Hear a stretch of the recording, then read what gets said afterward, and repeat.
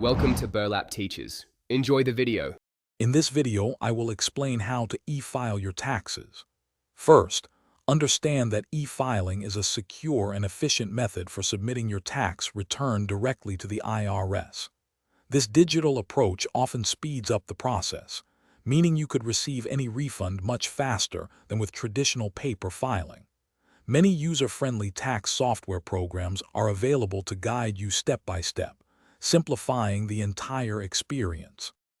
Before you begin e-filing, it's crucial to gather all your necessary documents. This includes income statements like Form W-2 from employers and various Form 1099s for other income sources.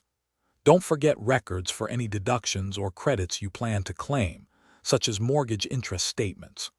Also, have your Social Security number and your previous year's adjusted gross income readily available.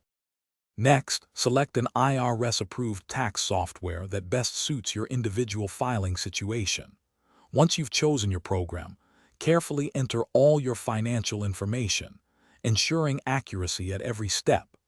Before finalizing, take the time to thoroughly review your entire return for any errors or omissions.